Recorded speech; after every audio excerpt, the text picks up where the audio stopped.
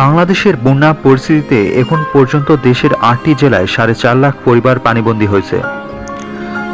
হঠাৎ বন্যায় দেশের ৮টি জেলায় 4,40,840টি পরিবার পানিবন্দী হয়েছে বলে জানিয়েছে দুর্যোগ ব্যবস্থাপনা ও ত্রাণ মন্ত্রণালয়।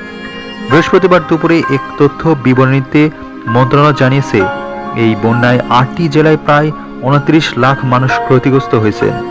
তাদের মধ্যে বন্যার পানিতে ডুবে 2 জনের মৃত্যু হয়েছে বলেও জানানো হয়। তথ্য বিবরণীতে আবহাওয়া সংস্থাগুলোর বরাতে বলা হয়, আগামী 24 ঘন্টায় দেশের উত্তর পূর্বাঞ্চল ও এর সংলগ্ন উজানে ভারী বৃষ্টিপাতের প্রবণতা কমে আসতে পারে। এ সময় উত্তর পূর্বাঞ্চলের মৌলভীবাজার ও হবিগঞ্জ জেলার মনু, খোয়াই, ধোলাই নদীগুলোর সংলগ্ন নিম্নাঞ্চলের বন্যা পরিস্থিতি প্রাথমিকভাবে স্থিতিশীল থেকে পরবর্তীতে উন্নতি হতে পারে।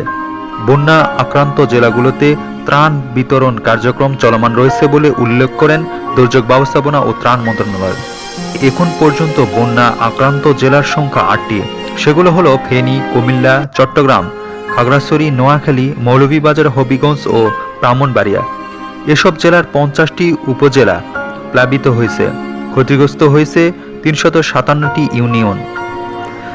বন্যায় ফেনীতে 1 জন ও ব্রাহ্মণবাড়িয়ায় 1 জন মারা গেছেন বলেও তথ্য বিবরণীতে উল্লেখ করা হয়েছে। মন্ত্রণালয় জানিয়েছে, বন্যায় পানিবন্দী ও ক্ষতিগ্রস্ত লোকদের আশ্রয় দেওয়ার জন্য মোট 1534টি আশ্রয়কেন্দ্র খোলা হয়েছে এবং আশ্রয় কেন্দ্রগুলো মোট 75,668 জন লোক এবং 7,459টি গবাদি পশুকে আশ্রয় দেওয়া হয়েছে। পরবর্তী আপডেটের জন্য আমাদের সাথেই থাকুন।